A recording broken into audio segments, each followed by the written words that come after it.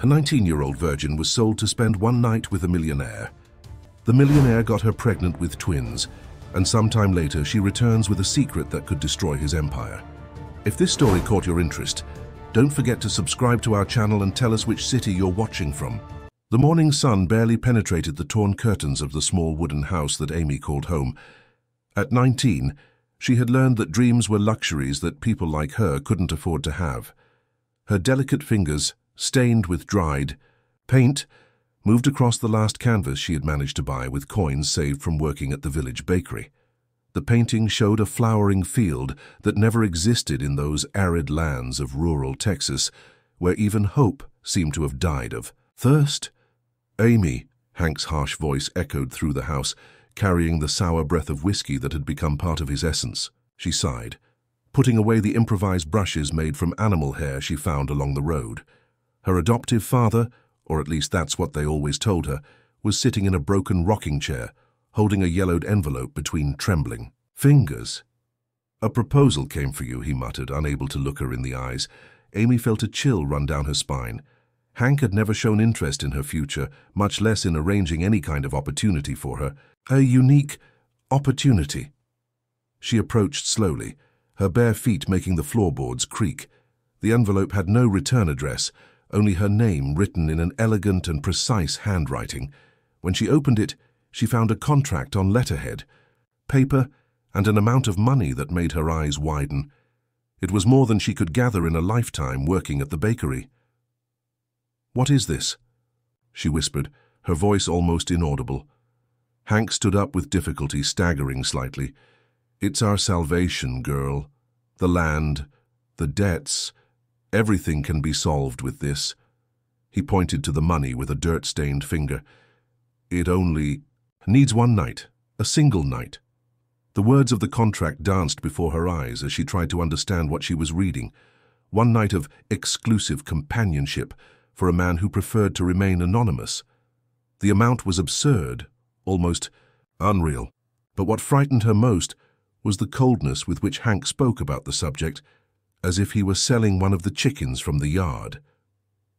"Dad," she still called him that, out of habit. "You can't be serious." "Serious is the situation." "Wherein, girl?" He slammed his fist on the table, making the empty whiskey glasses clink. "You think I have a choice? That we have a choice?" His voice broke slightly, revealing a vulnerability he rarely showed. "If we don't pay by the end of the month, we lose everything. And then, what will become of us?" Amy looked around the simple house she had known since childhood. The peeling walls, the patched furniture, the faded photographs of people she didn't even know who they were. It wasn't much, but it was all she had. Her eyes returned to the unfinished canvas propped in the corner of the room, the flowering field that existed only in her imagination and in the colors her hands could create. "And after?" she asked quietly. "What happens after this night?" Hank looked away, fixing his gaze on the window that faced the dry land outside. "After you come back home and we start over." But there was something in his tone that she couldn't decipher, a hesitation that made her question whether he really believed his own words. Silence settled between them, heavy as the dust that covered every corner of the house.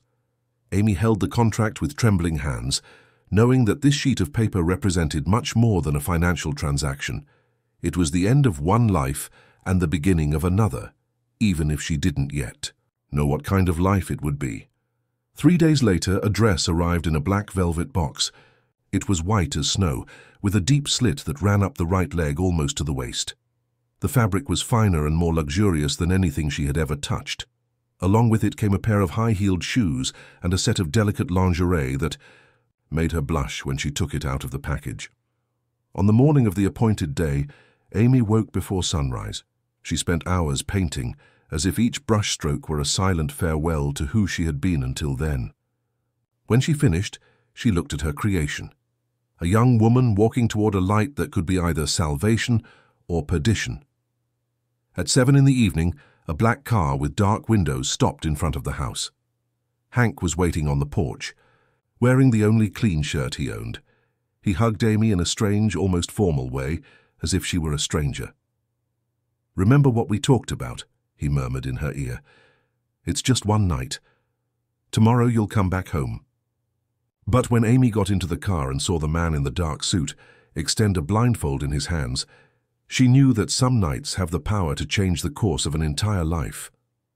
And as darkness took over her vision, she wondered if she would still be the same person when the sun rose again. The journey lasted 2 hours, but to Amy it seemed like an eternity. The car glided smoothly along the road, and she could feel they were climbing a steep hill. The smell of the leather seat mingled with a discreet masculine perfume, and the only sound that broke the silence was the low rumble of the engine. The man beside her didn't say a word during the entire trip, but she could feel his occasional gaze as if he were evaluating merchandise. When they finally stopped, firm hands guided her out of the vehicle. Even with the blindfold, she could perceive the grandeur of the place by the echoes of her steps, in what seemed to be a marble courtyard. The air was different here, purer, carrying the scent of plants she didn't know. Well-tended gardens, she imagined, with expensive flowers and crystal-clear water fountains. "Careful with the step," said a soft female voice. They were the first words directed at her since she left home. The woman guiding her had calloused but gentle hands and spoke with an accent Amy couldn't identify. "My name is Clara. I'll take care of you tonight." They climbed a wide staircase, and Amy mentally counted the steps, 22 in all. Silent corridors, the muffled sound of her heels on thick carpets, until they reached a room that, even without seeing, she knew was luxurious by the scent of roses and the texture of the curtains that brushed against her arm. "You can take off." "The blindfold now," said Clara, and her voice carried a sadness that Amy didn't understand at the time. The room was stunning. White marble walls contrasted with dark wood furniture and gold details. A huge bed dominated the center, covered with silk sheets that looked like liquid in the soft light of the crystal chandeliers. Enormous windows opened to a view of mountains that stretched to the horizon, and the full moon illuminated a garden that seemed straight out of a fairy tale. "He'll come in an hour," said Clara, preparing a bath in a black marble tub. "Would you like me to stay with you until then?" Amy nodded, suddenly aware of her own vulnerability. Clara seemed to be about 50, with grey hair tied in an elegant bun and eyes that had seen much of life. While Amy bathed, the woman remained in the room, arranging details that were already perfect. "May I ask, what is he like?"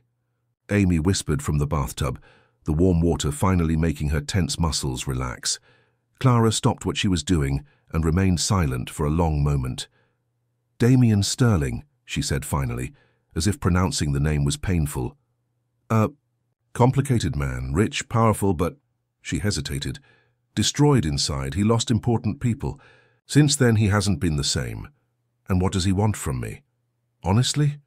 I don't know, he's never done this before." Clara approached the bathtub, offering a soft towel. "But can I give you some advice? Be yourself. Don't try to please him. Men like him are used to that. Just be real." Amy put on the white dress, which molded to her body like a second skin.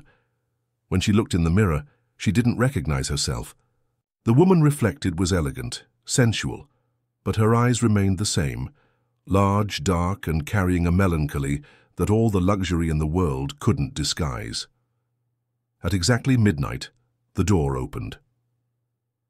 Damien Sterling was different from any man she had ever seen, tall with broad shoulders that perfectly filled the black tuxedo he wore. His hair was as dark as night, combed back, and his skin had the golden tone of someone who spent time in the sun, but not for pleasure. His eyes, however, were what impressed her most, grey-green, intense but empty of any emotion she could identify. He observed her in silence for a long moment, as if disappointed by what he saw, or perhaps surprised. Amy remained motionless, near the window, hands clasped in front of her body, not knowing what to do or say. "You're younger than I imagined," he finally said, his voice deep and controlled. There was a slight accent that she couldn't identify, perhaps from someone who had studied abroad. "How old are you?" 19. He closed his eyes for a moment, as if feeling physical pain. 19, he repeated, more to himself than to her. He walked to the window, standing beside her but maintaining a respectful distance.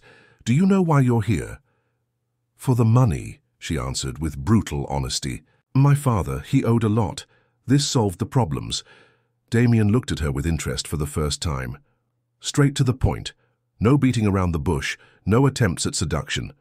He served himself whiskey from a crystal bar in the corner of the room. Would you like something to drink? I don't drink. Of course not. He took a long sip. Tell me, Amy, that is your name, right? What would you do if I told you that you could leave now, that you could keep the money and go home? She stared at him, confused. Why would you do that? Maybe because you remind me of someone. His eyes hardened. Someone I couldn't protect. The silence stretched between them, heavy with meanings Amy didn't understand. She could feel the pain emanating from him like heat from a fire, a pain so deep that it made her want to cry. I can't leave, she said softly. I have nowhere to go. Damien nodded, as if he expected that answer. He placed the glass on the table and approached her slowly, like one approaching a wounded animal. When he extended his hand to touch her face, Amy didn't move away. Then may God forgive us for what we're about to do. Damien's touch was different from what Amy expected. His hands were large and calloused, but surprisingly gentle when they slid across her face. She closed her eyes, feeling her heart accelerate not from fear but from a strange anticipation. There was something about him that awakened a dangerous curiosity. The pain he carried seemed to echo her own, as if they were two instruments, tuned to the same frequency of suffering. You don't have to pretend, he murmured, his lips close to her ear. You don't need to pretend you want to be here, that you desire me, that this means something to you. Just don't lie. I can't bear any more lies. Amy opened her eyes and found him watching her with an intensity that made her tremble. I've never lied in my life, she said, and there was a firmness in her voice that surprised him. And I won't start now. He smiled for the first time, but it was a smile without joy, laden with bitter irony. Honesty.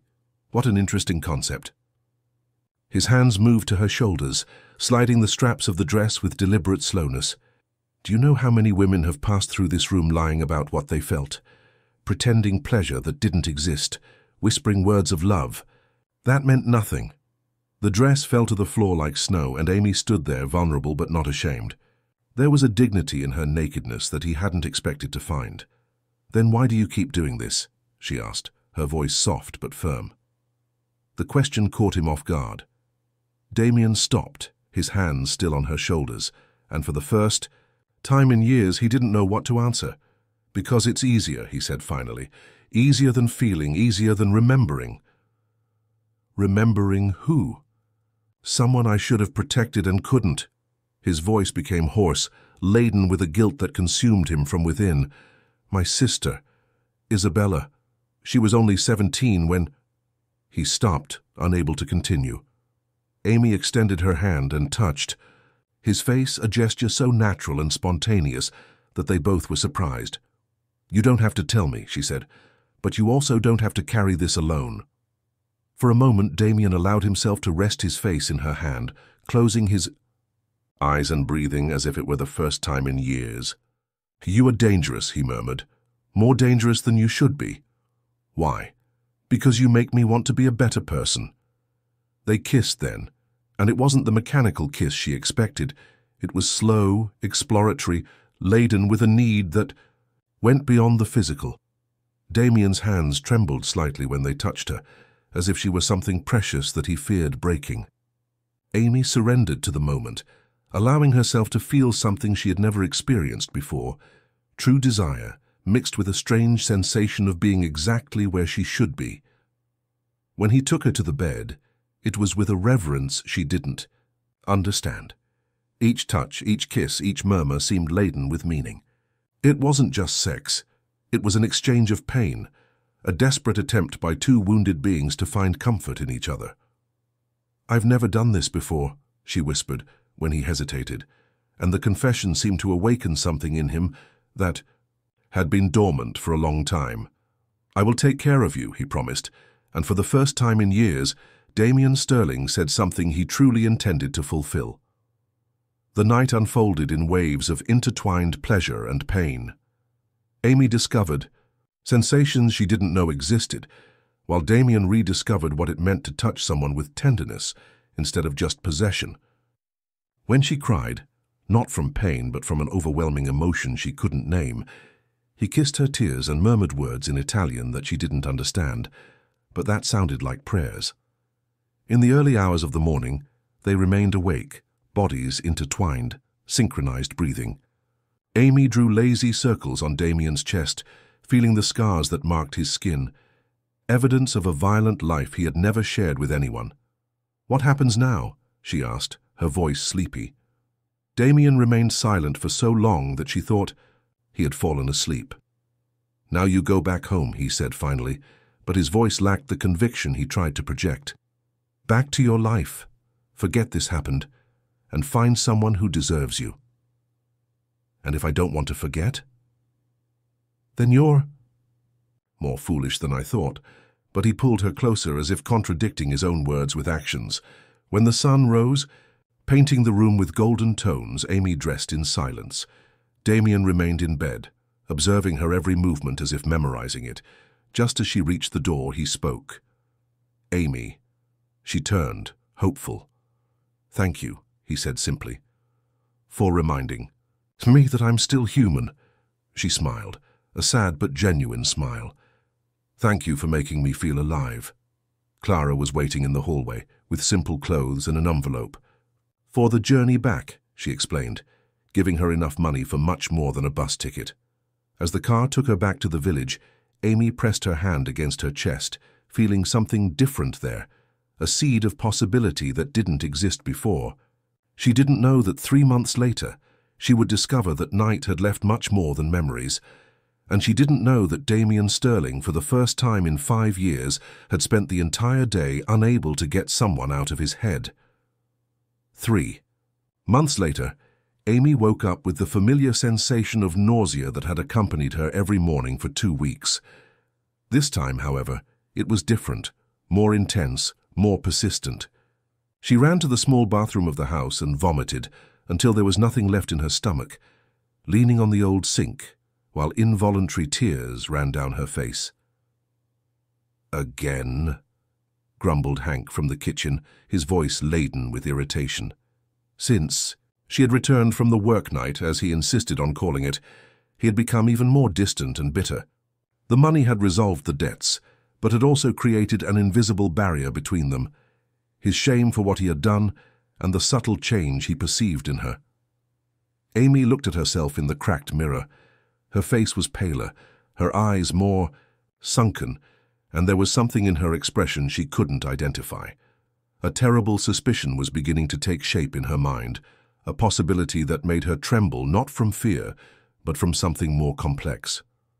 "I need to go to town," she said, leaving the bathroom with a determined step. "For what?" "Doctor's appointment." Hank looked at her with suspicion. "Doctors cost money, and you're not sick, just nauseated. Must have eaten something bad." But Amy had already taken her purse and the little money she secretly kept, part of what Clara had given her for the return journey. "I'll be back tonight," she said, and left before he could protest. The bus trip to the city took 2 hours, enough time for her anxiety to grow until it became almost unbearable. At the public clinic, a young doctor with curly hair and a gentle smile attended to her with patience. "When was your last period?" asked Dr. Katie, making notes on a clipboard. "Almost 3 months ago," Amy whispered, the words coming with difficulty. "And are you sexually active?" Amy's face burned. It was just once." The doctor looked at her with understanding and kindness. "Once is enough. Let's do some tests." An hour later, Amy left the clinic with a paper in her hand and a completely new world opening. Before her, pregnant, not just pregnant, pregnant with twins, 2 lives growing inside her, fruits of that night that had changed everything. But there was more. Dr. Katie had detected something in her medical history that no one had ever properly investigated. Hereditary heart problems that could seriously complicate the pregnancy. You need specialized monitoring, the doctor had said. This type of twin pregnancy, combined with your condition, can be very risky. Amy walked the streets of the city like a sleepwalker, her hand unconsciously pressed against her still flat belly. Twins, from Damien Sterling, the man who had touched her soul for one night and then had let her go as if she were just another commercial transaction. When she got home at nightfall, Hank was waiting on the porch, a cigarette between his fingers and a somber expression on his face. "So?" he asked without raising his eyes. "I'm pregnant." The cigarette fell from his hand, burning a small hole in the wooden floor. "Pregnant," he repeated, as if the word were in a foreign language. "From that man. With twins." Hank stood up abruptly, the rocking chair hitting against the wall. "Twins?" His voice went up an octave. "You're telling me that one single night, that he—" He couldn't finish the sentence.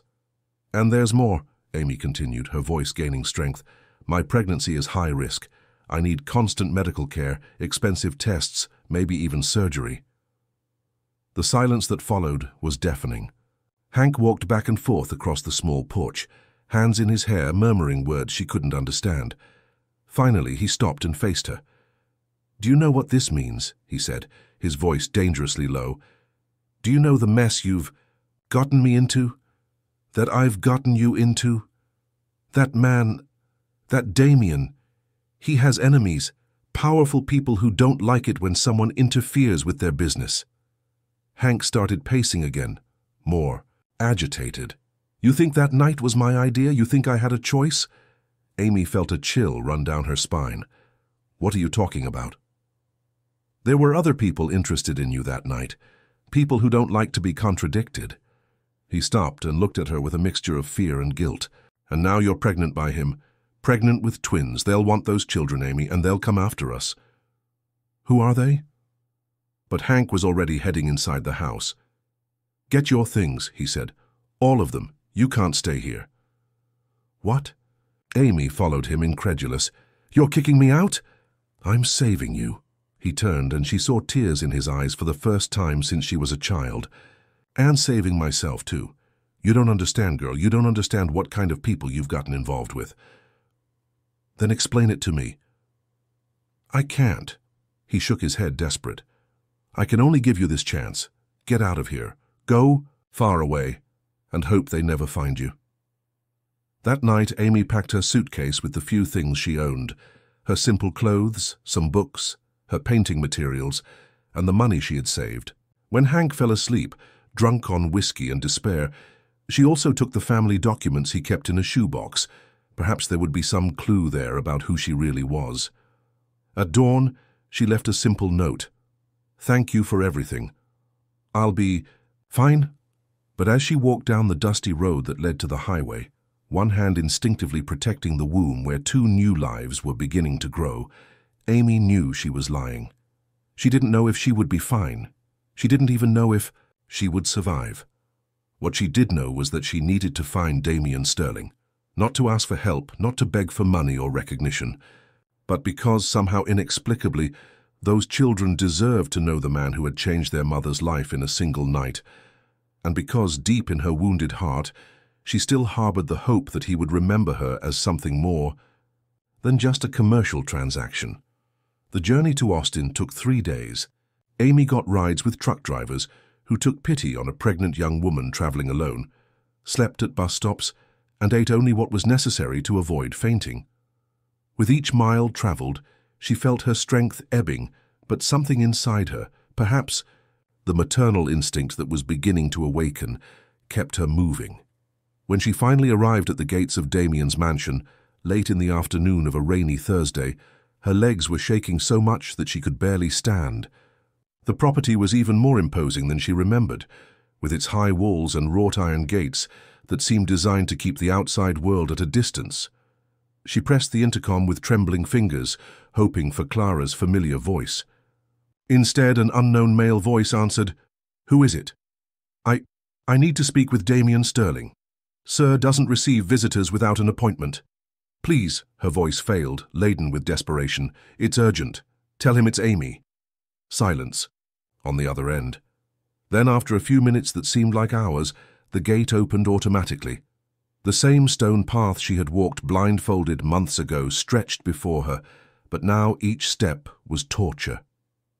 Her legs failed when she was just a few meters from the main door, and she collapsed on the wet ground, the rain mixing with her tears.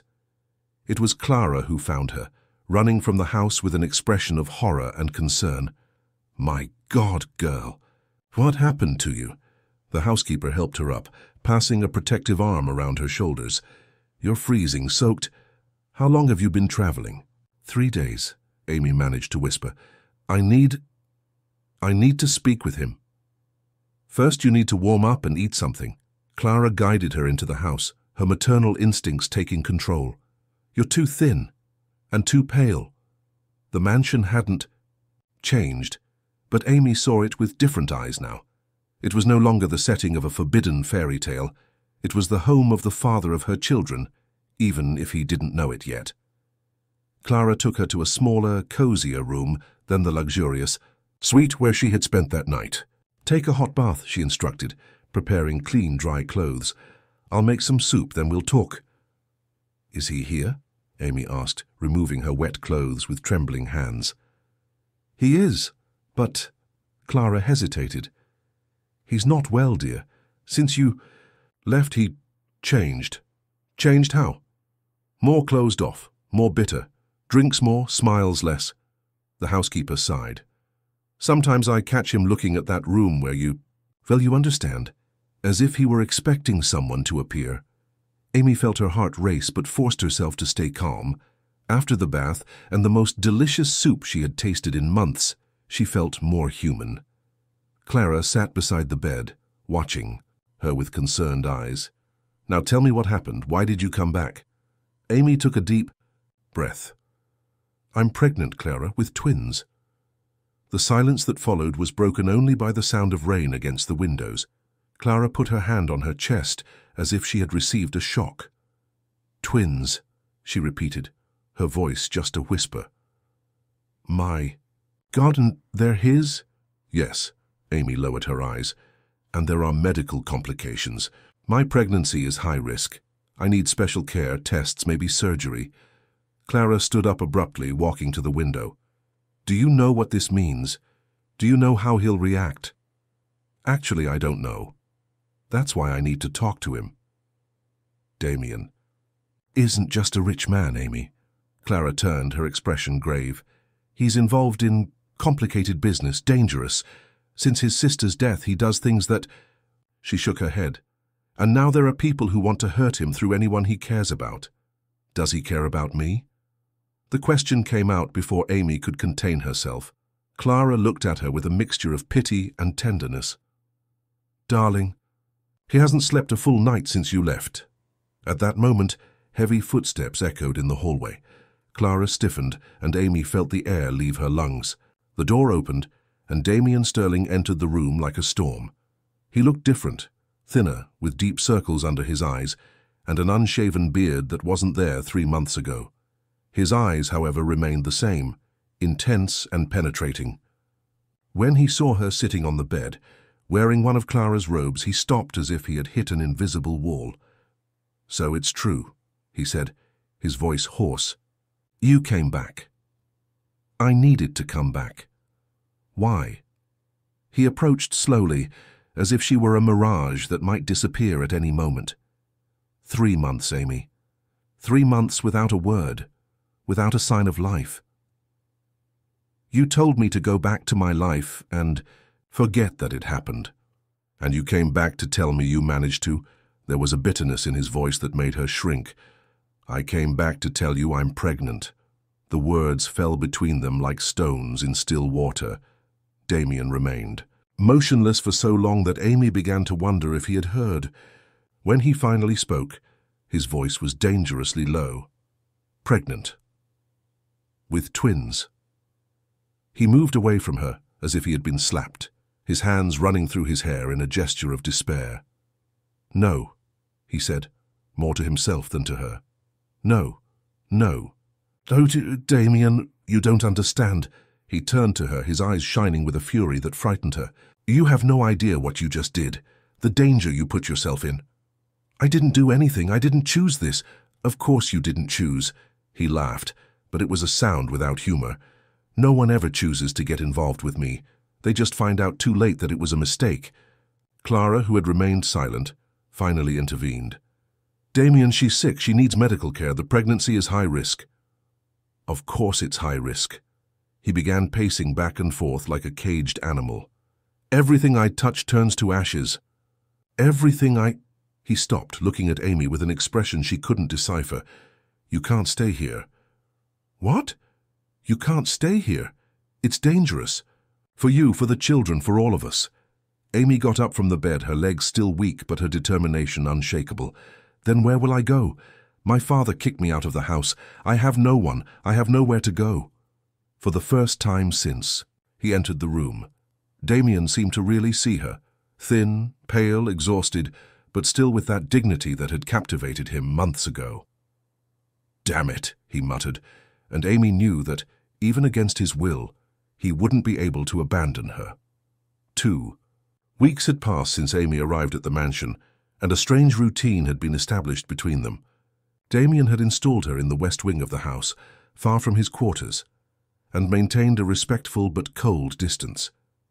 He had arranged for the best obstetrician in Austin, Dr. Edward Mitchell, who confirmed not only the twin pregnancy, but also the severity of her cardiac condition. Dilated cardiomyopathy, the doctor explained during the consultation at the mansion itself. Probably congenital, but never properly diagnosed. The twin pregnancy is putting extra pressure on the heart. We'll need to monitor very closely. Damien had listened to every word in silence, sitting in a chair in the corner of the room, but his clenched fists on his knees revealed his tension.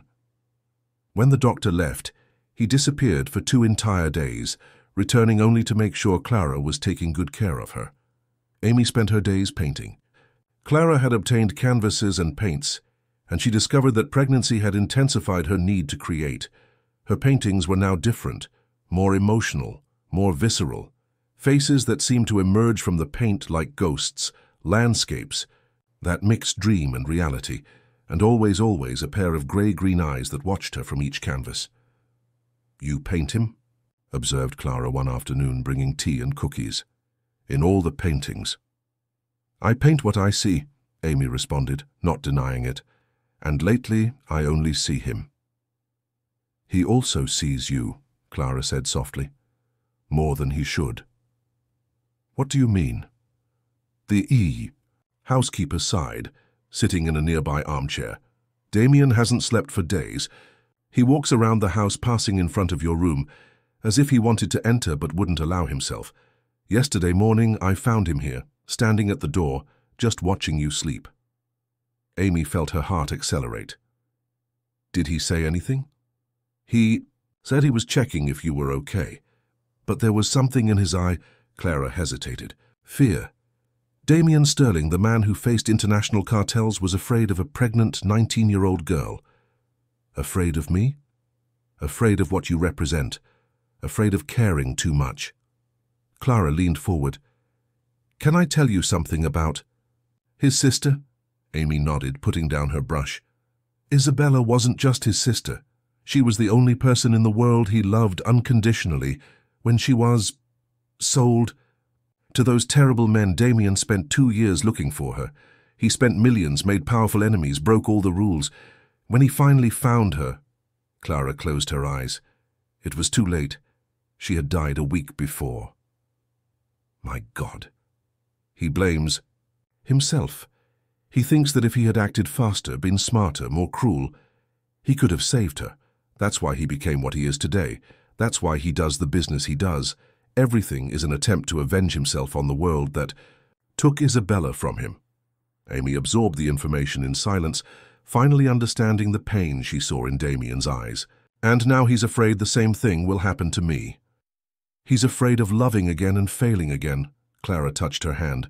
But sometimes, dear, the person we love most is also the one who can heal us most. That night, Amy couldn't sleep. Around 2 in the morning, she decided to go to the kitchen for a glass of milk. She was descending the stairs when she heard voices coming from Damien's office. One of them she didn't recognize, a foreign accent, Russian perhaps. "You thought you could fool me, Sterling." The unfamiliar voice was cold, calculating. "That girl was mine. The deal was mine." "The deal changed," responded Damien, his voice controlled but dangerous. "Nothing changed. I paid for the right to spend a night with her. You interfered, and now—" A cruel laugh. "Now she carries children that could be mine." Amy felt her blood freeze in her veins. Instinctively, her hands went to her belly, where 2 small lives were growing. "What are you saying, Rudek?" "I'm saying I initiated the process of artificial insemination even before she arrived at that miserable village. My embryos may be growing in her womb now. Technically, those children are my property." The silence that followed was deafening. Amy approached the partially open door, her heart beating so hard she feared they might hear it. "You're lying." Damien's voice was laden with contained fury. "Am I? Then why don't we do a DNA test? Find out once and for all who the real father of these children is. Even if it were true, you won't get near her." "Oh, my dear Damien, do you really think you have a choice?" The Russian laughed again. "You broke very important rules when you interfered that night. There are powerful people who want your head. The only reason you're still alive is because I convinced my partners that you could be useful. And what do you want? Simple, the girl and the children. In exchange, you keep breathing and maintain your precious business. Never. Never is a very absolute word, Sterling, especially considering that now you have much more to lose than just your own life." Amy heard footsteps approaching the door and ran back to her room, her heart racing and her mind in panic. Rudek Volkov, the man who had been interested in her that night, the man who now claimed to be the father of her children. She threw herself on the bed, pulling the covers up to her chin, trying to process what she had heard. Was it possible? Could they have done something to her without her knowing? The idea made her feel nauseated, but not just morning sickness, a nausea of pure horror. A few minutes later, she heard the front door slam and a car drive away. Then heavy footsteps climbing the stairs, stopping in front of her room. She closed her eyes, pretending to sleep, but she could feel Damien standing there, his heavy breathing on the other side of the door. "I won't let anyone hurt you," he whispered so softly that she almost didn't hear, "not even me." When the footsteps moved away, Amy allowed the tears she had been holding back to finally flow. 2 lives were growing inside her, and now she didn't even know whose they were. But one thing was clear. She was at the center of a war between powerful men, and her children were the prize. For the first time since she arrived at the mansion, Amy wondered if it wouldn't have been better to have remained lost on the road, alone and helpless, than safe in a place where her own safety might be an illusion. The following days were as tense as a violin string about to break. Damien became even more distant, but paradoxically more protective. He increased the mansion's security, hired more guards, and Amy rarely saw him without him speaking on the phone in urgent, whispered conversations. Thursday morning brought a surprise that would change everything.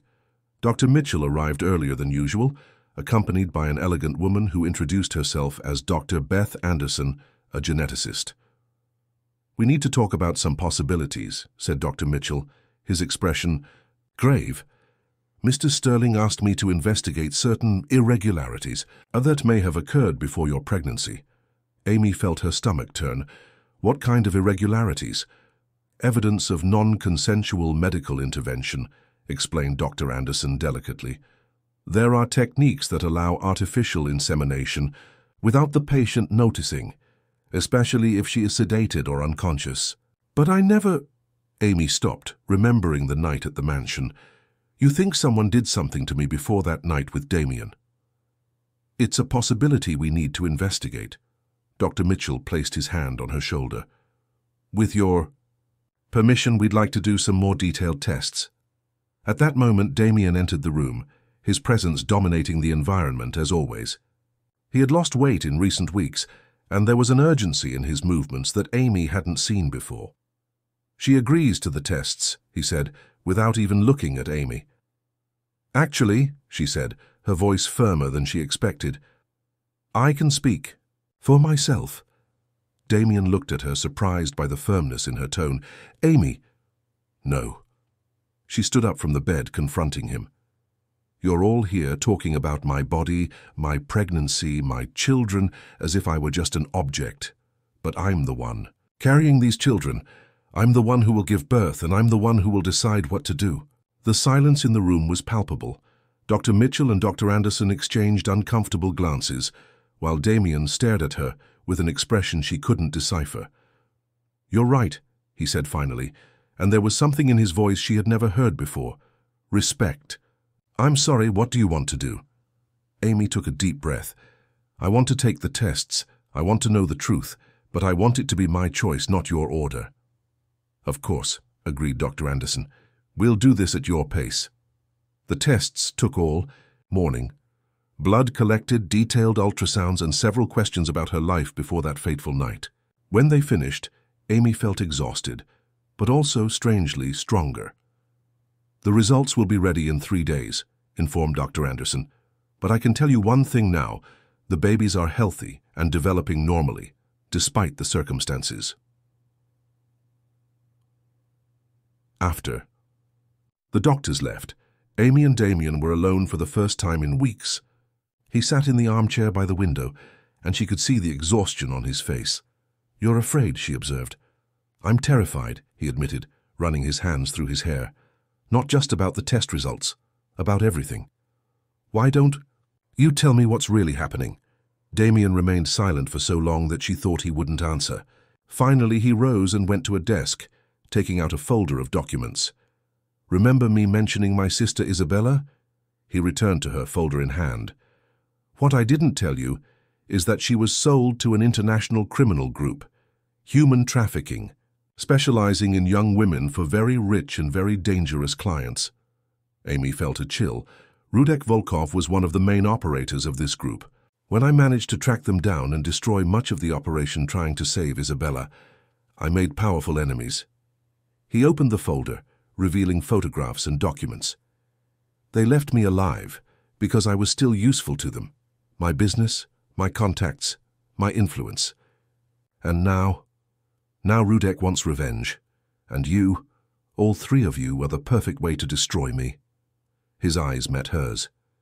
"If these babies are mine, he'll try to take them from you to hurt me. If they're his, he'll claim them as property." Amy felt tears threatening. "What if I ran away, if I disappeared?" "He would find you. Men like Rudek have unlimited resources." Damien approached, kneeling beside the bed. "But there's a third option." "What?" "I can turn him into the authorities. I have enough evidence to put him in prison for the rest of his life." He hesitated. "But that would mean exposing my own crimes. It would mean losing everything, the company, the money, probably my freedom too." Amy observed him, seeing for the first time the man behind the mask of coldness and control. "And you would do that? For me? For children that might not even be yours?" "I would," he said without hesitation, "because for the first time in 5 years, I have something worth fighting for." Before she could respond, Clara burst into the room, her face pale with terror. "Damien," she said, breathless. "They're here. A black van just passed through the gates, and there are men surrounding the property." Damien stood up in a jump, his expression instantly changing to that of a predator. "Those? How many?" "At least 6 that I could see." He turned to Amy, and she saw real fear in his eyes for the first time. "There's a tunnel in the basement that leads to the back garage. Clara will take you there." "And you?" "I'll try to negotiate." He held her face between his hands. "But if things go wrong?" "No." Amy covered his hands with hers. "I won't run and leave you to face this alone." "Amy, you don't understand. If they catch you, then we'll face it together." Her voice was firm, determined. "I've already run once in my life. I won't run again." Outside, the sound of cars stopping and doors slamming echoed through the mansion. Voices in Russian and English mingled, and Amy knew the final moment had come. Damien kissed her then, quick and desperate. "If we get out of this alive," he murmured against her lips, "I'll spend the rest of my life protecting you." "And if we don't get out, then at least we won't die alone." The doorbell rang, followed by heavy knocks on the main door. Rudek Volkov had come to collect his debt, and this time he wouldn't take no for an answer. The mansion's living room had never seemed so small as at that moment. Rudek Volkov entered, accompanied by 4 armed men, his presence filling the environment with a coldness that made Amy shiver. He was different from what she had imagined, shorter than Damien, but with an aura of danger that compensated for his physical stature. His eyes were the iciest blue she had ever seen, and when they settled on her, she felt as if she were being evaluated as an object. "Damien, my old friend," said Rudek in English with a heavy Russian accent, opening his arms as if they were old acquaintances. "Finally we meet in more civilized circumstances." Damien remained standing in front of Amy, who was sitting on the sofa with Clara at her side. His posture was tense, ready for combat. "Say what you came to say and leave, Rudek. Straight. To the point. I've always admired that about you." Rudek walked around the room, touching expensive objects with disrespectful familiarity. "But first, let me greet the expectant mother." He turned to Amy with a smile that didn't reach his eyes. "How are you feeling, dear? Is the pregnancy being gentle with you?" "Don't talk to her," said Damien, taking a step forward. "Oh, but I can talk to the mother of my children, can't I?" Rudek laughed, an unpleasant sound. "Because they are my children, Damien. The analyses I did on the material collected during her preparation confirm this." Amy felt the world spin around her. "What material? What are you talking about?" "Darling, do you really think that night was spontaneous?" Rudek approached the sofa, ignoring Damien's warning growl. "You were carefully selected, prepared, and yes, inseminated with my embryos days before going to that miserable village." "You're lying," said Damien, but there was uncertainty in his voice. "Am I? Then let's clarify this once and for all." Rudek signaled to one of his men, who brought a briefcase. "I have here the DNA results of the embryos collected during your examinations this morning. Didn't you find it strange that the doctors wanted to do so many tests?" Amy's blood froze. "Dr. Mitchell has been very well paid for my services, for years. How do you think I knew about your specific heart condition? How do you think we managed to coordinate the perfect timing of the insemination?" Rudek opened the briefcase, revealing documents and photographs. "You were a 2-year project, my dear, from the moment you turned 17. Damien moved like lightning, but Rudek's men were faster. In seconds, 3 guns were pointed at his head. "Calm down, friend," said Rudek softly. "Violence won't solve anything here, especially when I have very interesting proposals to make." "What proposals?" "Simple. You give me the girl and the babies when they're born, and I forget certain irregularities. In your recent business, you keep your freedom, your company, your life." Amy found her voice, although it trembled. "And if I say no?" All eyes turned to her. Rudek smiled, but it was a predator's smile. "Oh, but darling, you don't have a choice. You see, besides carrying my children, you also carry some very valuable information in your blood." "What does that mean?" "It means that your genetic lineage is very special.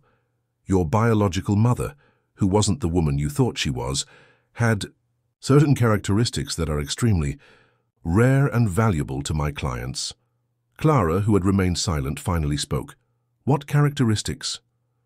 "Resistance to certain drugs, capacity to carry multiple babies, and a blood composition that produces unique antibodies." Rudek moved even closer to Amy. "You are literally an elite breeder, and these babies, and they'll be worth millions in the right market." "You're talking about human trafficking," said Damien, his voice laden with hatred. "About selling babies." "I'm talking about business, very lucrative business." Rudek turned his attention back to Amy. "But don't worry, dear. You'll be very well taken care of. You'll have a comfortable life while you produce healthy children." "Never," said Amy, her voice gaining strength. "I'd rather die. Death is not an option. But suffering," Rudek made another signal, and one of his men approached Clara, putting a gun to her head. The lives of innocent people may be in your hands. Leave Clara out of this, Damien shouted, then accept my proposal. The silence extended for long seconds. Amy could hear her own heart beating, could feel the babies moving in her womb as if they sensed the danger. Her hands closed protectively, over her belly. There's a third option, she finally said. Rudek arched an eyebrow. I'm listening. You want the babies because of their genetic value. You want to use my body to produce more children for your sick market. She stood up slowly, ignoring the guns pointed in her direction. But what if I could offer you something even more valuable? Like what? Information about other elite breeders, an entire network of women with the same rare genetic characteristics. Amy was improvising, but her voice sounded convincing. Women that my biological father, whom you clearly knew, had been monitoring for years. Rudek hesitated, interested despite himself. What information? Not here. Not in front of everyone. Amy looked at Damien, trying to convey a silent message. In private. Just you and me. Amy, no, Damien said, understanding her intention. It's the only way, she responded, then turned back to Rudek. A private conversation, 5 minutes, and then you decide if it's worth making a different deal. Rudek studied her for a long moment, his calculating eyes weighing the possibilities. Very well, he said finally. 5 minutes. But if you try anything, I won't try anything, promised Amy. But I want guarantees that no one will be hurt while we talk. You're not in a position to make demands. No? She smiled, and there was something new in her expression, a strength that hadn't been there before. I carry the most valuable merchandise you've ever had. I think that gives me some rights. Rudek laughed, but there was respect in his eyes now. Interesting, very well, 5 minutes alone. As they headed to Damien's office, Amy managed to quickly whisper to Clara, "The shoebox under my bed, my father's documents. Bring them to Damien."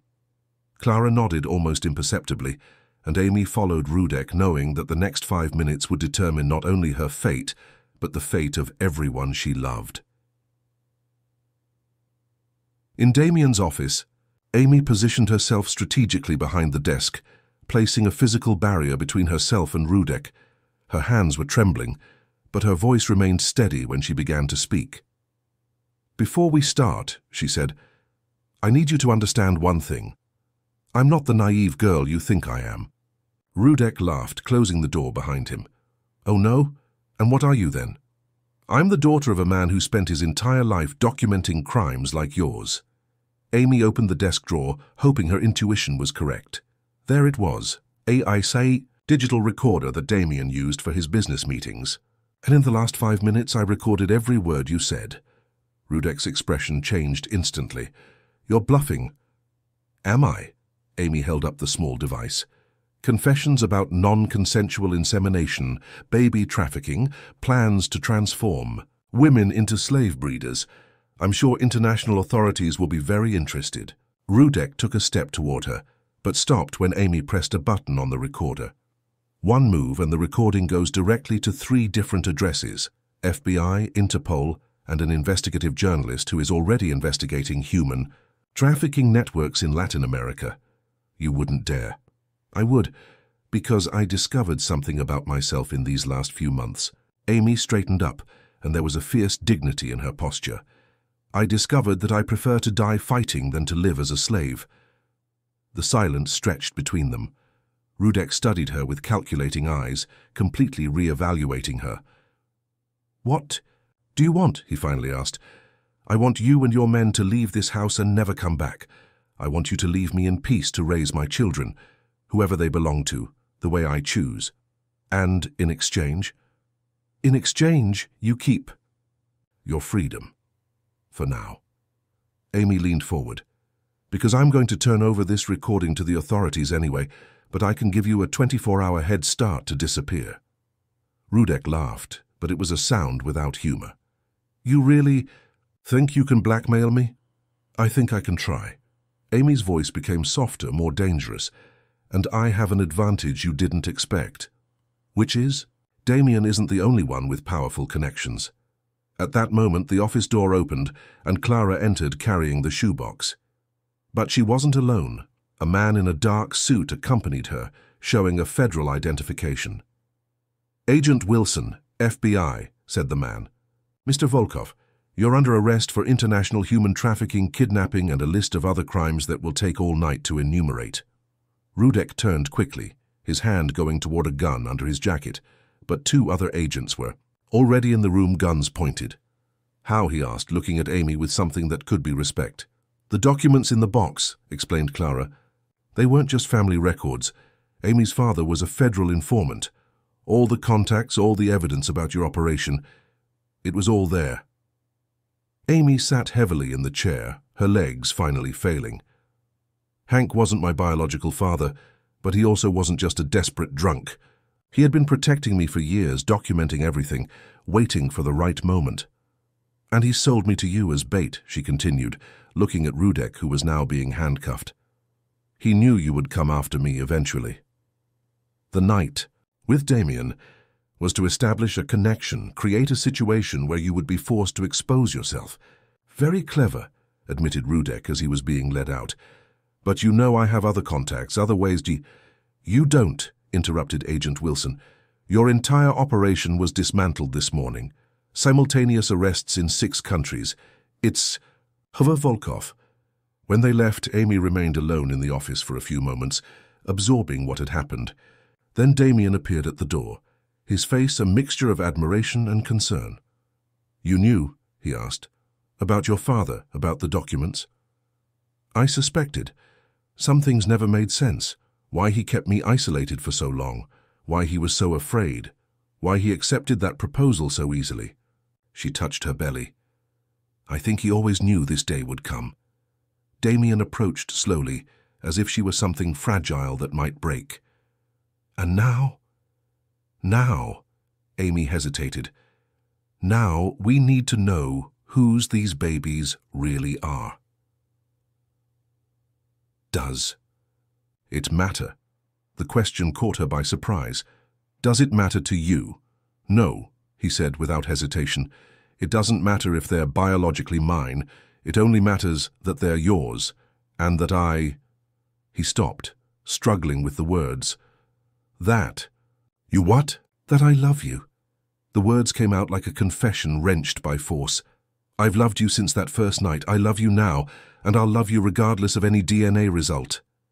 Amy felt tears in her eyes. "Even knowing all my baggage, all the danger I bring?" "Especially because of that." He knelt beside the chair, holding her hands. "You're the bravest woman I've ever met. You faced Rudek, saved all of us, discovered the truth about your past, and you did it all while protecting 2 lives growing inside you." "Damien, marry me." The words hung in the air between them. Amy looked at him, seeing not the powerful, controlling man she had met months ago, but someone vulnerable, hopeful, offering his heart without guarantees. "Are you sure?" she whispered. "I've never been more sure of anything in my life." From the hallway, they heard Clara shouting, "Dr. Anderson is coming with the test results." Amy and Damien looked at each other, and she saw in him the same determination she felt growing inside herself.